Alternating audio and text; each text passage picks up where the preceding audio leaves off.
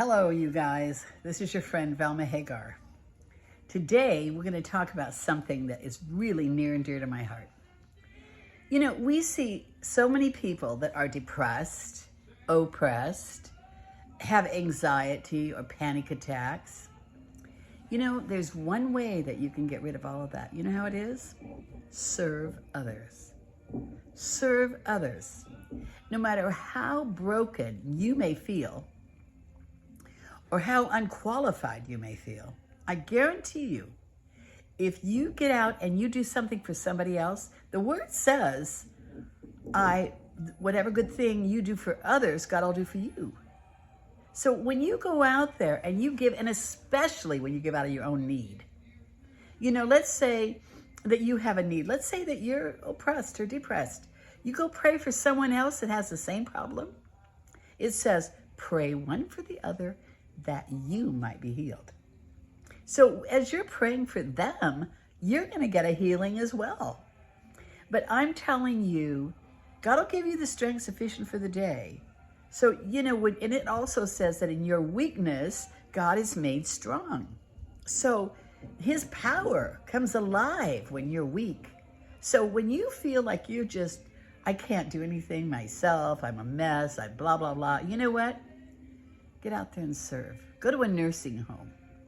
Stop on the street and give some street person a prayer and maybe a little Bible and a few bucks. You know, do something for somebody else. I don't care how little it is. And it doesn't have to involve money either. It can involve service.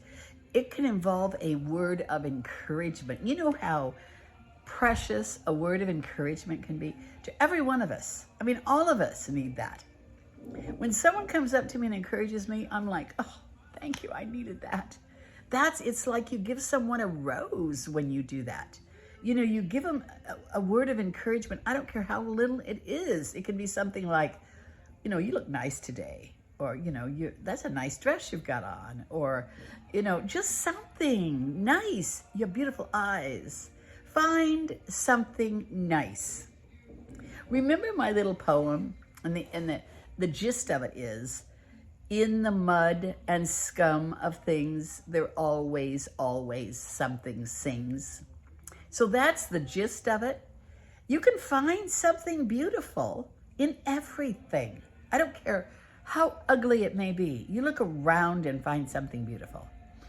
And then say it. Remember that words change the world. Words cause more fights, bring more love, create more friendships, sell more goods. Words. Use kind words. You can destroy people with your words, or you can build them up and change the world. If we all got involved in this and did it, we could change the world with our words and being kind to people. So you're depressed? You're down? Get out there and do something for somebody else today. You know, I had this thing happen here, you know, because I always say, you know, I'm not going to preach this without doing it myself, right? So I get this note from this gal that lives in South Carolina, mind you. Someone had sent her a note. She used to live up here in Ironwood where I live. So this daughter had sent her this note and thought she still lived here and said her dad lived here in Ironwood and he was 91 and he was a shut-in. No, 94. And he's a shut-in here in Ironwood. But he's got a really sharp mind, used to be in a big band. And so she asked this woman if she would go see him. So this woman, knowing that I'm still here, sends it to me. And I go, you know, like I don't have enough to do, right? But you know what? I end up calling this gentleman. And I've left a word with him. I'm going to go over and visit him. And just, you know, he's a shut-in, for God's sakes. He's 94, my 81, and it would look like a spring chicken to him. Anyway, do stuff like that. Just do something kind for people. And you know what?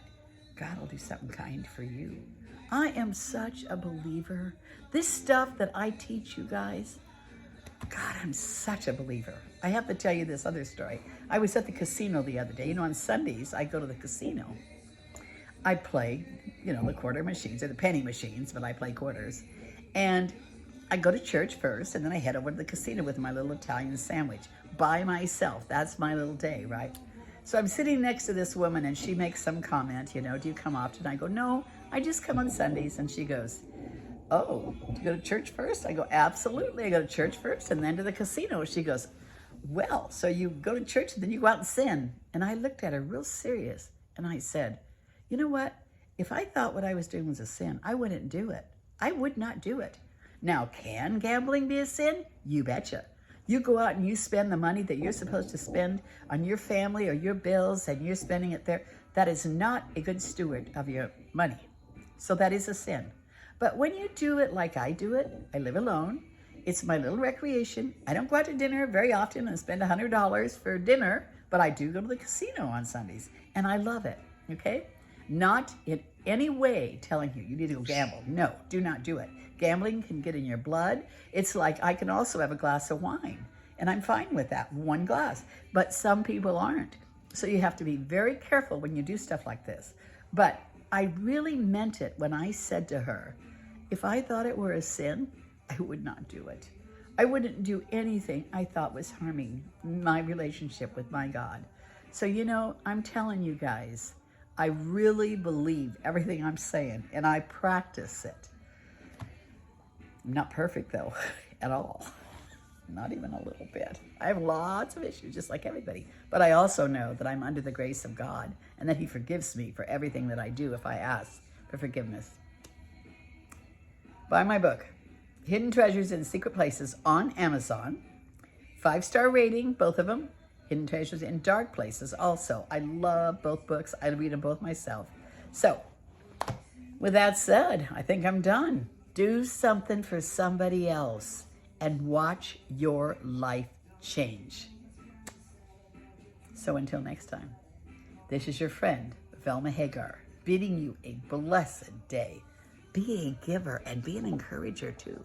Bye.